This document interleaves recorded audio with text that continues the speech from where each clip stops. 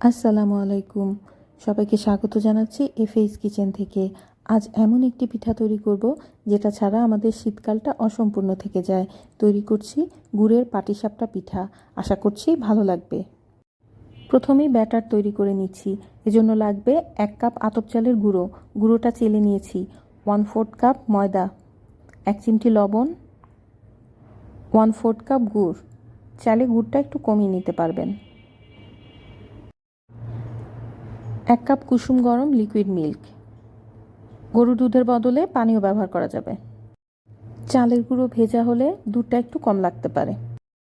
সব কিছু মিশিয়ে 30 সেকেন্ড ব্লেন্ড করে নিয়েছি। এবার পুরটা তৈরি করব। 1 কাপ গরুর দুধ, 1/2 কাপ মিল্ক পাউডার,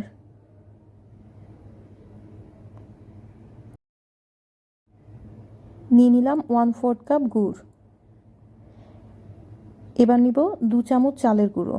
আপনি চাইলে চালের গুঁড়োর বদলে সুজি অথবা ময়দা ব্যবহার করতে পারবেন। সব কিছু একটু মিশিয়ে তারপর চুলা অন করে দিব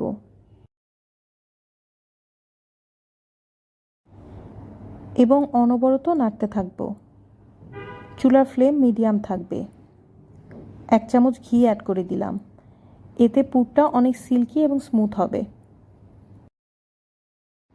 নাড়াচাড়া থামানো যাবে না, তাহলে নিচে লেগে যেতে পারে। পুর তৈরি করতে আমার টোটাল 5 মিনিটের মতো সময় লেগেছে। প্রায় হয়ে এসেছে। আমি এখন নামিয়ে ঠান্ডা করে নিব। ঠান্ডা হলে অনেকটাই সেট হয়ে যাবে। এবার পিঠা ভাজতে চলে এলাম।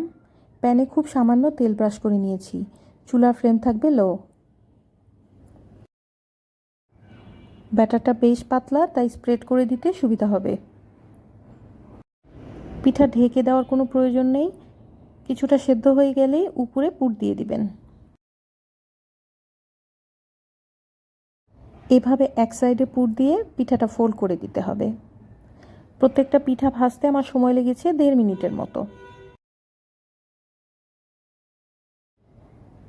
আবারও বলছি, চুলার ফ্লেম লো থাকবে। সবগুলো টিপস ঠিকঠাক মতো ফলো করবেন, তাহলে আপনার পিঠাও এরকম পারফেক্ট হবে। আর স্বাদের ব্যাপারে গ্যারান্টি দিলাম।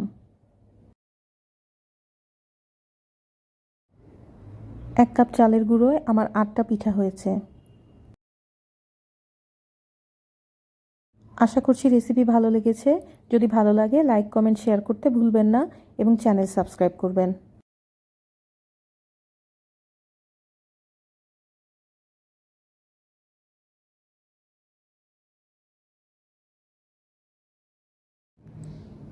আমি একটা পিঠা ভেঙে দেখাচ্ছি।